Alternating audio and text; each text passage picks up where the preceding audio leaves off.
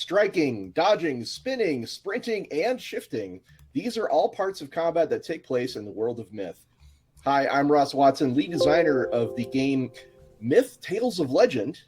And I'm J.M. DeFogie, and I am the lead writer on Myth Tales of Legend. This is a role-playing game set in the world of Myth based on a board game that is also set in the world of Myth, which is called Myth. And there's a new version of that being called, I think, Dawn of Heroes is the one that we're working on. Not we, but the company is working on now. So hope you guys are all staying safe out there. They're definitely very much are a big fan of our fans. We are. And what's today's episode about? So we're going into part 2 of combat. Last time we kind of covered the overview, and today we're going to drill down a little bit more into kind of what are the options that you have in this game for, taking on threats of darkness and not getting killed by them. So, right. The thing is, we kind of alternate on our show. We do one of mechanics and one of lore. Mechanics, we're talking about combat, which is in the world of Myth. That's primarily going to be your heroes fighting monsters as they go out and adventure into the world. So the first thing we ought to talk about is how do you attack? How do you attack a monster? How does a monster attack you? There's actually a 5-step list of things you do to attack. It's pretty simple. The first thing you do is you declare your attack. You say, I am attacking this guy. You pick your target. You mention if there's any modifiers or options. And that's step 1. What's step 2, JM? So then you're going to go ahead and you're going to assemble your dice pool. And this is going to work just like any other test in Myth. It's sort of the simple and unified mechanic. Figure out what you want to do, assemble your dice pool, and then give it a roll. Right. And it's, the difficulty number is the defense of your target. Mm-hmm. Now, after you've assembled your dice pool, you roll the hits, which Jam just described, and then you roll your damage if you successfully hit. If your successes equal or exceed the target's defense, you take the damage of your weapon, and then you roll any damage dice, the extra dice, extra damage dice is what they're called. And you add up those successes, and so your damage value can vary a little bit. There's a strong first number, and then there's a few add-ons. You can always shift stuff from the roll. Sorry. No, go ahead. Yeah, what JM was about to talk about was that if you're really good, if you make a really good attack roll, you can shift your extra 6s, your exalted successes, from the attack roll to damage. So you can add a bunch of damage dice depending on how well you hit. And then the last step is, JM, now that we've done this. Well, then after that, you're going to actually inflict your damage. And you're going to be looking at your damage versus the toughness of the creature. The fortitude. The fortitude of the creature. Yeah. You want to kind of walk us through, because there's a couple of different options. You may inflict vitality.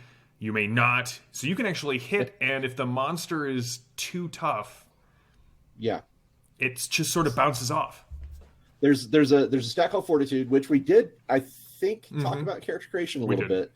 But Fortitude is essentially how hard it is to hurt you. If defense is the difficulty number I need to hit you, then Fortitude is the difficulty number I need to inflict damage. So if the damage of your attack is less than your target's Fortitude, no damage is inflicted. If it's equal to your target's Fortitude, you inflict shock instead of vitality.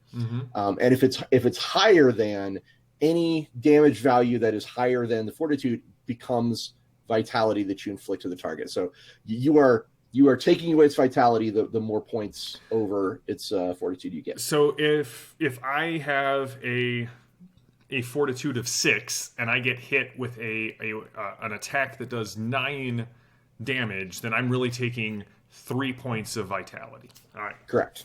Yes. In German it would be 3. It would be 3. That's right. Yeah. So yes, you take 3 vitality from that attack. There's 2 different types, but there's many different ways to attack, but they are broadly broken down into two categories. What is the first category, Jam? So melee attacks, and I mean both of these categories are going to seem really familiar if you've played any sort of game that includes combat options. So melee attacks are going to be anything that's within arm's reach or weapons reach, right? You've got to be engaged with the target, but that's, fists, elbows, acidic spit, mainly for the GM, not so much for the players. Swords, knives, pikes, fire pokers, firewood, anything that you would be picking up and trying to bludgeon, stab, or slash an opponent with. So what for the viewers, what is an engaged target? It is a target that you are kind of within melee range. You have moved up, and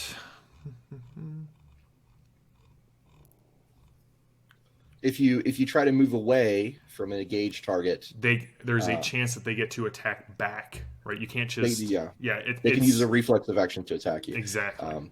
There's a combat option we'll talk about later called disengage, which lets you do not be engaged with them, but being engaged with your target essentially means that you can move away with a penalty. Right, you're in melee range, and there's a certain amount of threatening that is going on between the two of you. You are right there. You are trying to make sure that the other person doesn't walk away uninjured. Something that's interesting about engaged targets is it's based on the range of your melee weapon. So if you have something like a spear that has a longer melee range than your opponent, they may be engaged with you, but you are not necessarily engaged with them. So you can still hit them, but you can then move away without worrying about their reflexive attack. Whereas the same is not true for them. They can't if they're not in range of their melee weapon, they can't attack you, but they're still engaged if they're within your range. So that's the range of your melee weapon or your enemy's melee weapons can be a really big deal. Like if you're fighting something really big that has a large melee range, you could be like, well, I'm engaged, Bob's engaged, Joe is engaged, and Juliet over there, she's not engaged because she's far enough away. Right, because she's the smart one and is standing back using that other type of attack, the ranged attack. Well, before we leave melee, I think there's one thing we need to mention, that unarmed attacks work slightly differently. Right. And that's actually the strength of the monk, is the monk's archetype features is that they don't work differently. But unarmed attacks, they change the way damage is sort of figured out is a little bit different. So normally you would take and correct me if I'm wrong here, you would take your strength plus the damage value of your weapon to come up with your static value for the damage you do, and then you would have your extra dice. But because unarmed strikes are not weapons, they don't have a weapon value that gets added on top of that. So it's just your strength. Again, unless you're the monk. Is there anything else that's unique about unarmed strikes? If you're going to play a monk, just ignore this section. No, pretty much that's the one thing. Like unarmed strikes are suboptimal because you're not adding strength to a thing. You're just doing strength. Whereas with a weapon, it's always X plus your strength. Well, in some cases, X plus your agility. Like if it's a finesse weapon. So unarmed strikes are purely strength, which is a downside, and they're purely there's nothing to add. So unarmed strikes are again a little suboptimal unless you're a monk. So generally speaking, like if you're a hero, you probably want to have that fireplace poker. Yeah, because it's better than a fist, buddy. That's right. Even if it's only 1 or 2 points, it's still better than your fist. Yeah, and again, like something like a dagger at least gives you the option of using your agility if it's higher. And the monk, of course, they have. There's the whole point of being a monk is that unarmed combat is great. So there we go. Now, JM, please. I'm sorry to interrupt. Please go ahead and talk about ranged attacks. So basically, ranged attack is anything that you're going to try and kill somebody with. Not engaged. So bows, crossbows, throwing daggers, throwing that spear, right? If your evil overlord has trained you poorly, maybe throwing your crossbow or your sword at somebody. But basically, it works like you use your shooting skill. And most of the melee or the ranged weapons are going to have 2 ranges. So kind of your first number is where it's most effective, but then you have this second range band where you increase the difficulty by 2. So it's sort of a long range shot. And then past that second number, they're just out of range.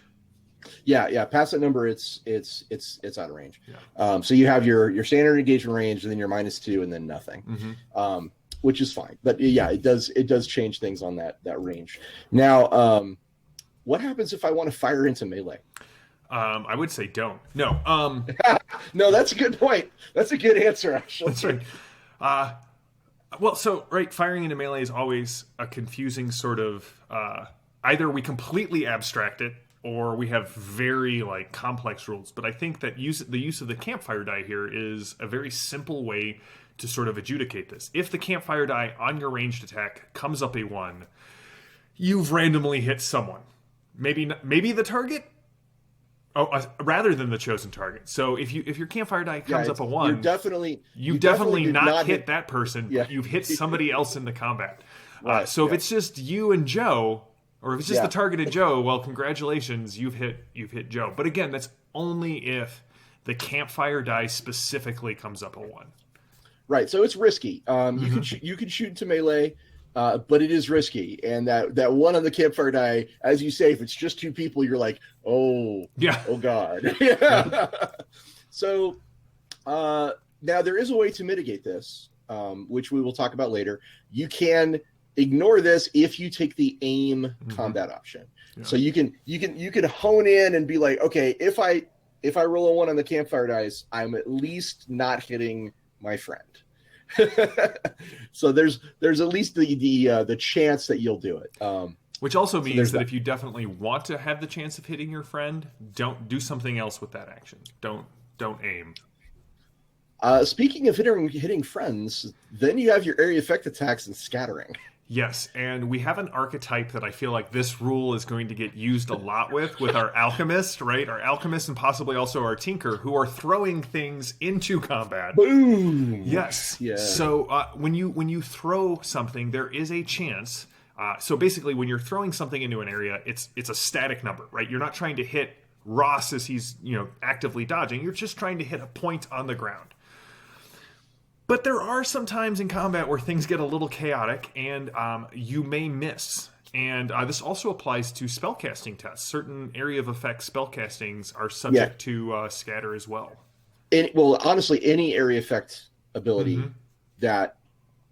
So some spells can affect multiple targets that aren't AoE, I think is what you're going for. But anytime it's an AoE attack, scatter is a thing.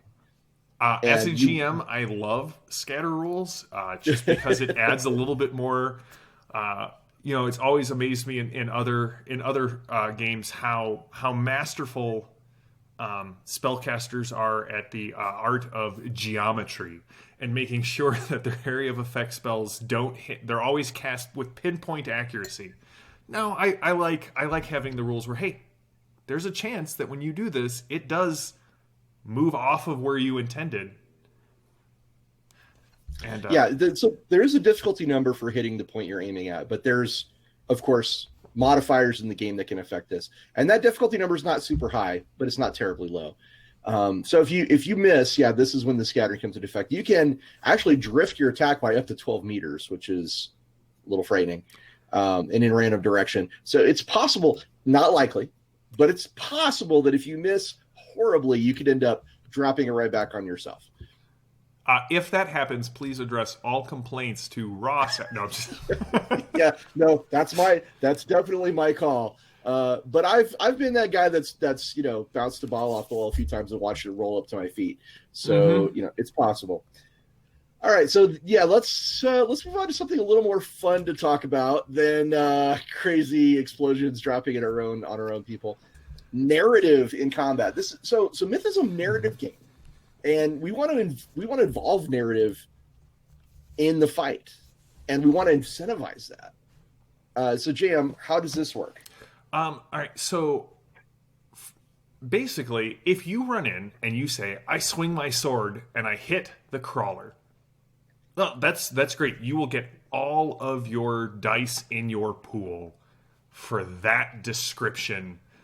Right? You don't have to, this is one of those things that you never have to engage with.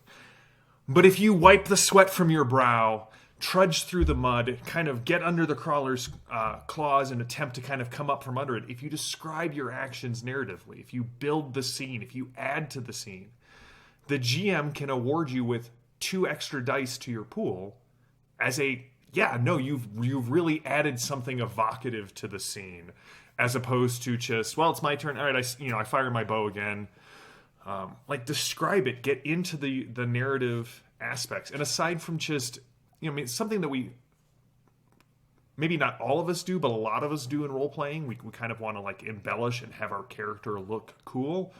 This kind of rewards you for doing that.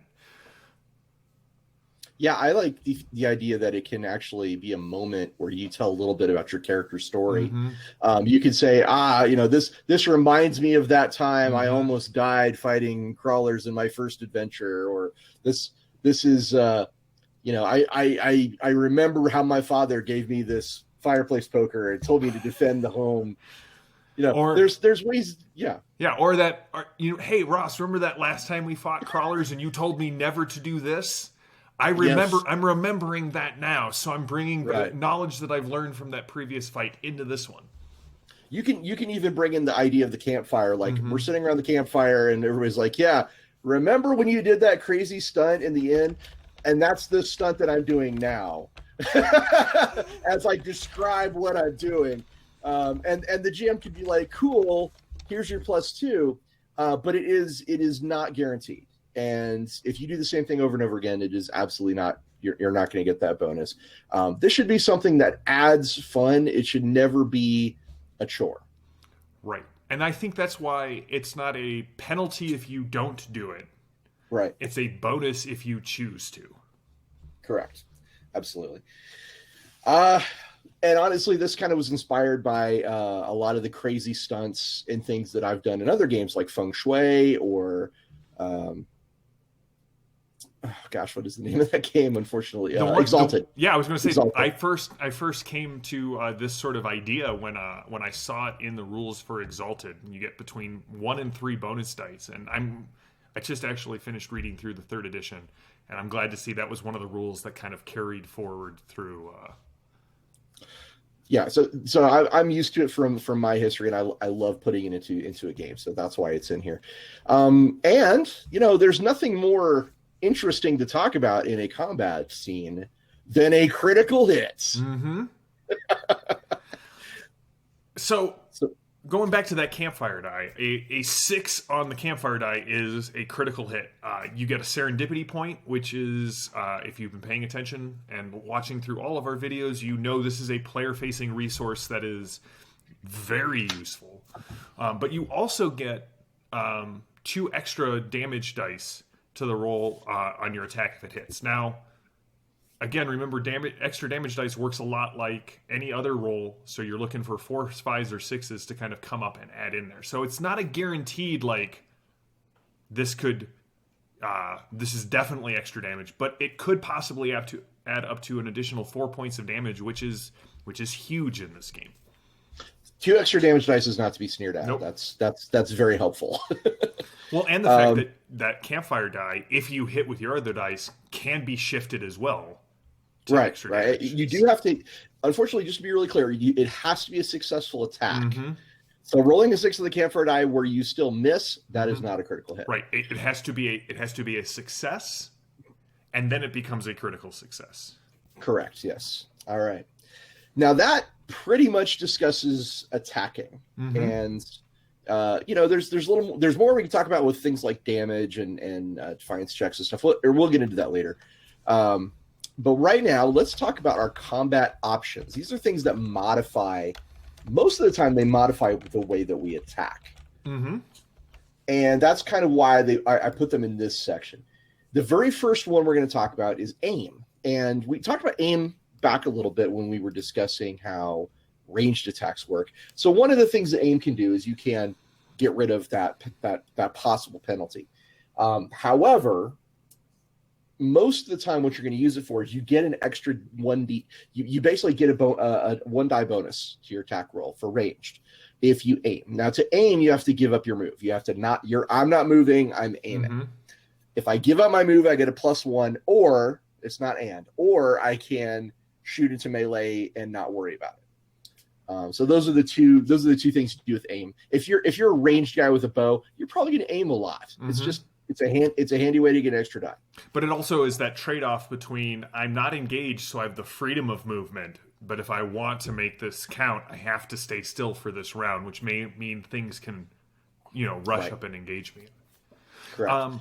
Another option that sort of has that trade-off, right? So these combat options are all about player choice. So you have an all-out attack, which basically says I'm focusing on attack to the exclusion of my own defense.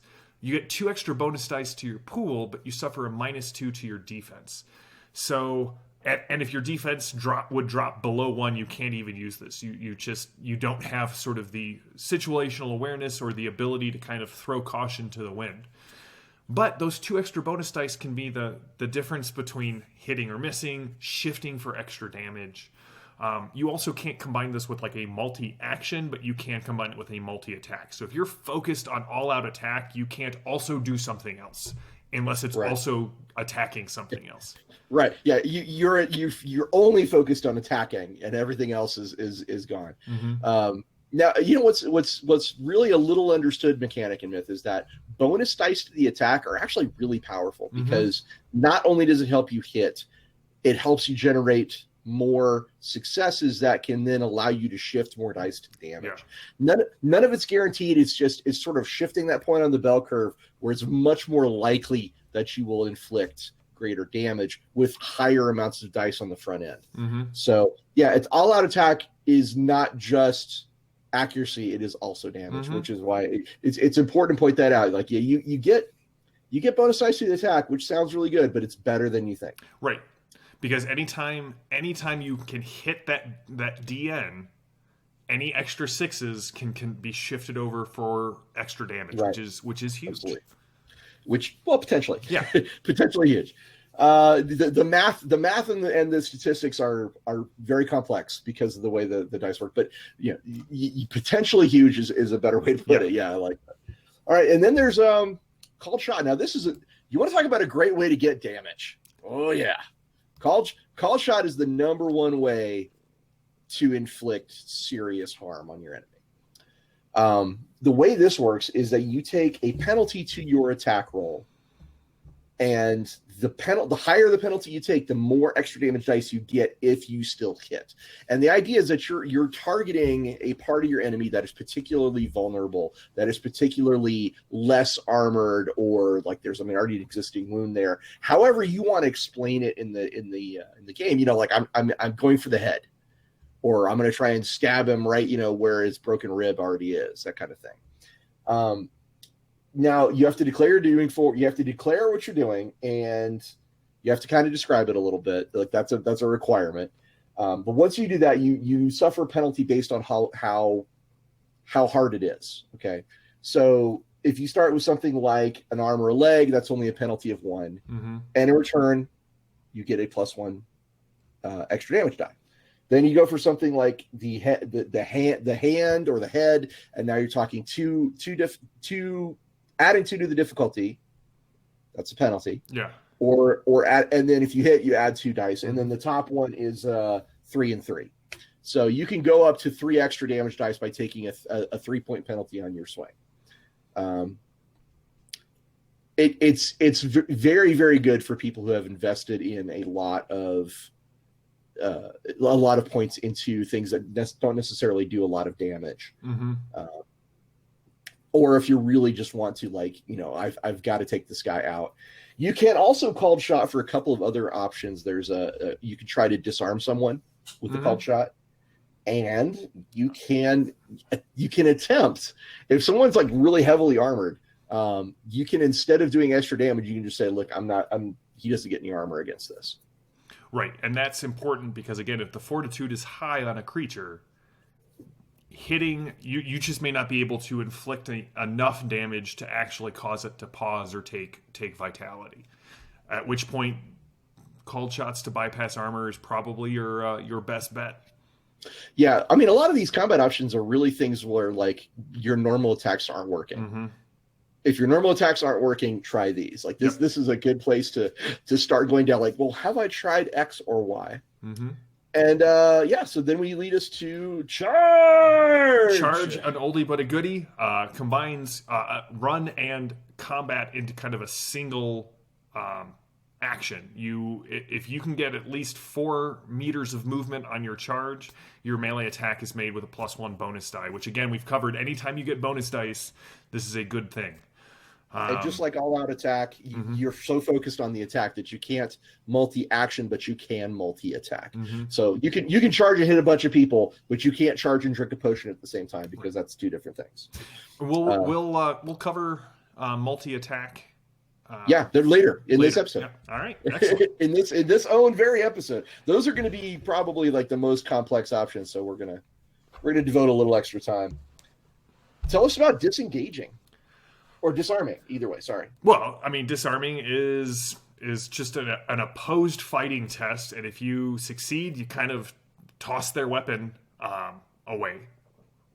Also good to, I mean, anytime you're trying to maybe capture and not kill, or if somebody has a really big weapon that just dropped your Spriggan soldier, maybe you don't want him to have it for a round. Disarm, a great way to kind of mitigate that. Disengage. And what it is? Oh, go ahead. Hang on. Sorry. So disarm is actually a kind of a special form of attack, because what it is, it's an opposed fighting roll. This is instead of making an attack normally, you make a fighting roll and they make a fighting roll, and that becomes the difficulty number instead of their defense. So the more skilled you are, the more less likely someone is to disarm. Yeah, and the better chance you have of doing that. And again, if you think about it, if you disarm somebody, they have to wait until their turn to actually grab their weapon. So it gives you some time.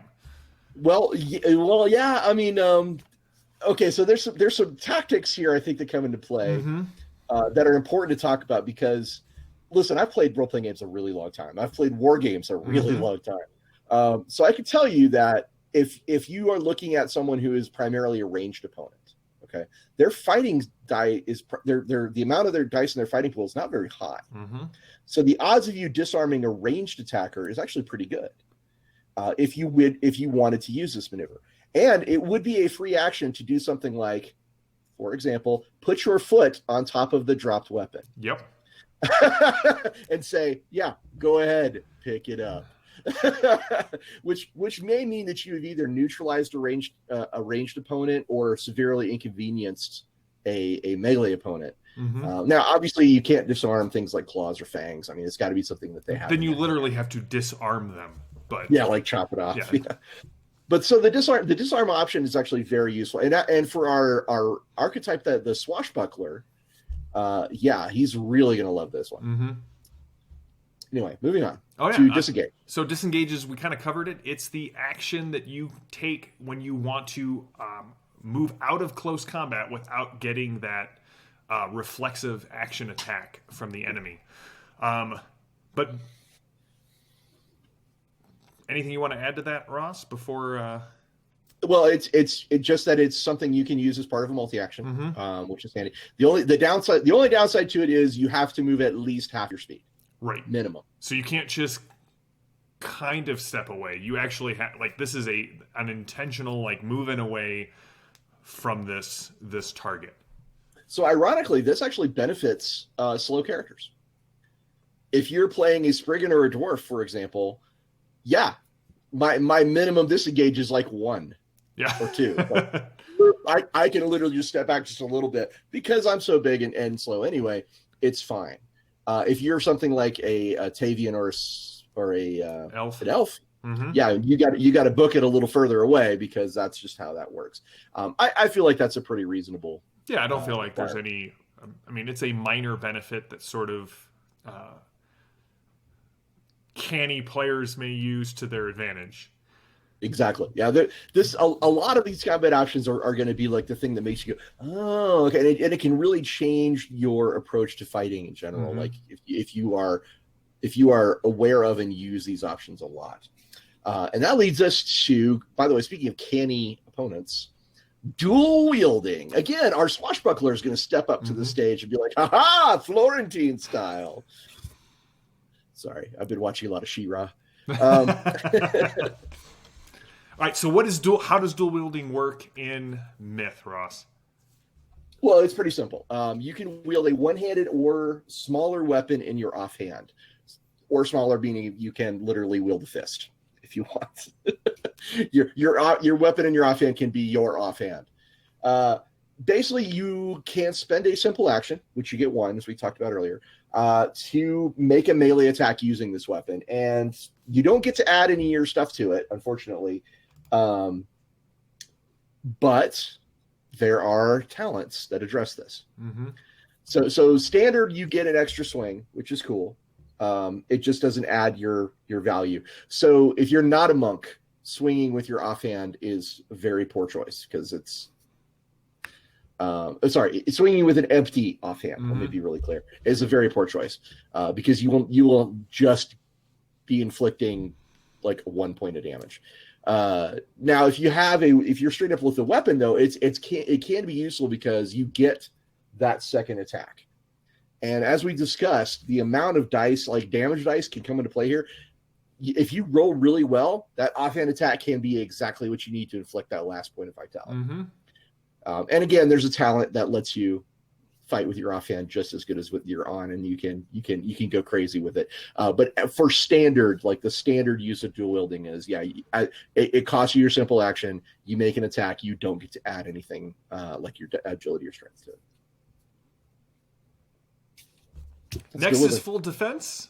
This is sort of the opposite of all-out attack, and it cannot be combined with multi-action or multi-attack because you're focused fully on defense. You make a speed test, and any dice that or any successes that come up get added to your defense until the start of your next turn. It's the, oh god, if I take another hit like that, I'm dead. Try and make yourself, because remember, when defense goes up, you're also taking successes away that could be used to shift for damage. The harder you are to hit, it's not just how hard you are to hit, it actually can affect how many dice are being rolled against you when it comes to shifts. Exactly. If you have a really good speed, full defense is an excellent option. If you're like, oh crap, I am under attack. Really good initiative, I should say, because it is an initiative test, which is a speed test. Sorry, I'm confused. It's speed. If you're speed, it's speed. It's speed. I'm glad. Sorry. Yeah. So if you have a high speed, this is a really good thing for you to use. And this would be the case where, hey, maybe you are that guy who got disarmed. Your bow's lying on the ground under some smug swashbuckler's foot, and now you're like, well, poop. I'm going to use the full action or full defense and roll. And hey, I just increased my defense by 4. Have a nice day, swashbuckler. And he's like, crap. It's really useful when you don't have anything to do now, but your allies are running in and they'll be here next turn. So full defense is that, okay, cool, I don't have to survive on my own forever. I just have to survive on my own for right now. Yeah, it's a emergency, either hold the line or oh crap are the two, this is a good time for full defense. Well, speaking of holding things, Ross, would you like to explain grappling? Oh boy, I bet all of our viewers right now are thinking grappling. Oh god, like that's the bugaboo, like of a lot of combat. All right, so grappling, it's an opposed strength test between two combatants. If the target fails, the initiator has them restrained. Restrained is a condition that we will talk about later. Basically means you can't move, and you suffer a penalty to your defense. Someone who is grappled may make melee attacks on their turn, but only can use one-handed weapons to do so. To break free, they have to use a combat action and successfully beat the opponent in an opposed strength test. You can attempt a multi-attack using grapple if you are engaged with all of your targets, and your GM will hate you forever if you do this. I'm going to attack that guy with a sword, attack that guy with a sword, and I'm going to grapple this last dude. The GM master's like, all right, let's figure out the penalties.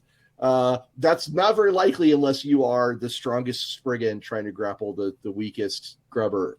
But you could. It could possibly, yeah. Or if in our swashbuckler archer scenario, once you've disarmed that archer, now is a good time to try and grab them, because again, archery is based off dexterity. There's a chance that they may not have as high of a strength, and so now you don't have to worry about them trying to pick up their bow. You just have to restrain them again until your allies come and beat them down.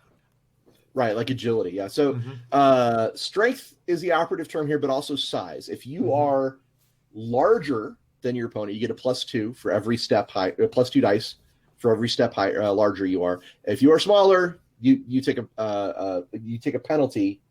Sorry, they get a bonus to their opposed strength roll if they're larger. It's still plus dice. Right. So yeah, whoever's larger gets the bonus on the grapple. You can grapple things that are bigger. It's just a hell of a lot harder. And that's grapple. I mean, it wasn't that torturous, was it? It wasn't that bad. No, and I mean, continuing on this vein of holding things, you can also hold actions, which is basically just you give up your simple action to make a declaration of when you are going to use this option later. Hold actions, if you've been playing role-playing games, it's just I want to go, but I don't want to go just yet. Now the thing is, if you want to interrupt another character, you actually have to succeed at an opposed speed test. If you fail, you still get your action, but it happens after the action that the character wants to interrupt. So it's not a guaranteed thing. You were just saying, I want to hold my action in case someone comes in the door. Well, if someone comes in the door, you make this opposed speed check because you still may be reacting slower than the guy coming through the door. Absolutely. And hold action is also very simple. Mm-hmm. The ones that are not so simple are the multis. And we have 3 different types of these. We have the multi-action, the multi-attack, and the multi-target. Basically, the short version is that in Myth, this is a game where you can try to do more than one thing. Mm-hmm. It just gets harder. And that is true for all of these different things that we just talked about. They're just different versions of the same basic idea of I want to do more than one thing. Mm-hmm. And that means that they're all harder. So the broadest one is the multi-action. And multi-action says I want to do more than one action on my turn. For every action I want to do, in addition, over the first, that's a +2 penalty to all the things I try to do. Mm-hmm. So when you use multi-action, you can't attack more than once. Okay, so this is the case of I want to attack, drink my potion, and climb up the wall. Yeah, I want to climb up the wall. I want to climb up the wall, attack this guy, and drink a potion. Mm-hmm. That's a multi-action. So I am going to do those things, but only one of those things is an attack. Okay, so that's how multi-action works. Multi-attack is the case of I want to attack multiple times. I want to attack that guy, and then I want to attack that guy, and then I want to attack that guy. And the game master's like, cool, you could try. It's just, you can certainly try, but it's definitely going to be harder than usual. Go ahead. I was going to say, normally it's the +2. However, if you're attacking all of the same kind of category of creatures, so we have different tiers of monsters. So say, you've got a bunch of crawlers and the terror with 1,000 legs. If you're attacking all of the crawlers, because they're all the same type of monster or threat, it's only a +1. So if you're like trying to clear your way through just all of these hordes of creatures, it's a little bit easier. It allows it to feel a little more heroic. I'm taking out 3 of these faceless guys for a total of +3, as opposed to 3 named combatants, which would be each individuals. So they would, or if they're different types, right. They can be like I've got a brigand over here and a goblin over here. Mm-hmm. They're not the same type. They're not the same type. Yeah. So yeah, but yeah, if I'm attacking 3 brigands, that's easier than attacking, 3 different things of 3 different types, because that's actually directly out of the board game. Is that it's easier to swing at a bunch of different things of the same type. So so multi-action, you get 1 attack, but you can do multiple actions. Multi-attack is you can attack multiple things. It's easier if they're all the same type of thing. And then there's multi-target. So multi-target is really just a modifier for certain spells or special abilities. And they're going to say in the spell or special ability whether it can or cannot be multi-targeted. There are certain spells, like if you want to like influence someone's mind, like, you can probably not multi-target that. That's like a one-person kind of a thing. But if you are trying to bless your group with the more attack, with the blessing of the Morning Lord, that is definitely something you can multi-target. I'm gonna hit Bob with it. I'm gonna hit Joe with it. And the more targets, it just raises the difficulty of it. It's very simple. Multi-target is kind of a broad term that just applies to all kinds of special abilities or spells that can possibly work against multiple folks. So, yeah, there's that. And no, I was just gonna say there's a ton of options, and that's not it. I mean, we have other options that are available if you want to taunt or inconvenience or trap your opponent, but that'll probably be in Combat 3. Yeah, there's a lot, and we've covered a lot. We have covered a lot. Now, JM, I just want to ask you like one last question before we wrap up this particular section. When we describe these options, are there ones in particular stick out to you as like that's the one I would use in combat? Or well, and especially sort of coming from Torg, which has similar multi-action, multi-target, multi-combat sort of rules. To me, I would always be using those. Like, I would always be trying to cram as much as possible into my turn, just because it's something unique to this style of game. It's not, well, here on my turn I can do one thing.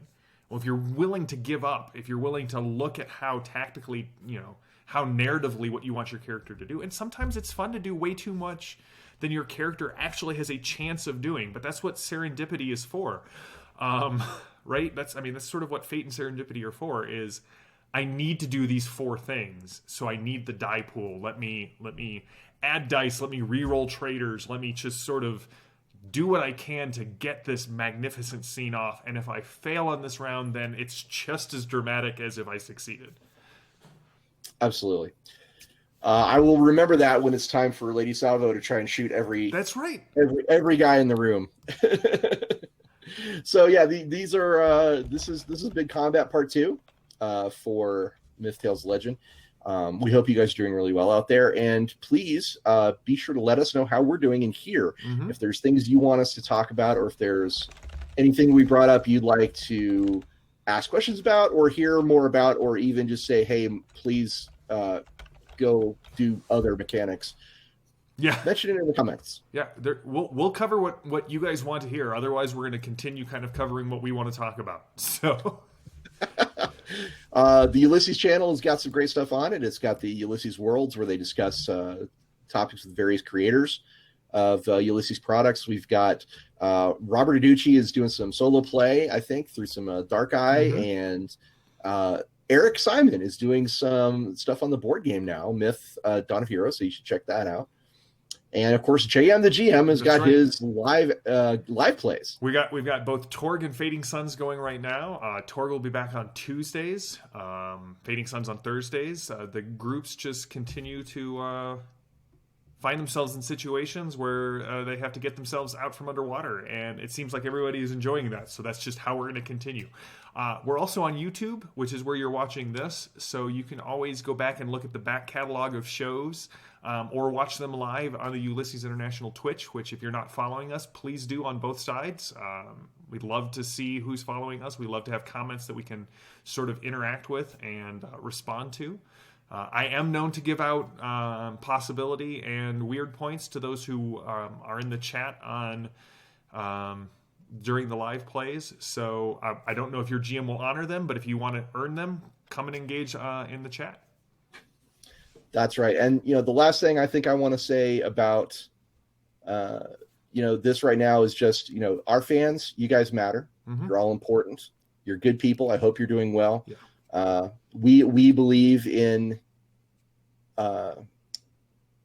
justice, and we believe in things like Black Lives Matter. Yes.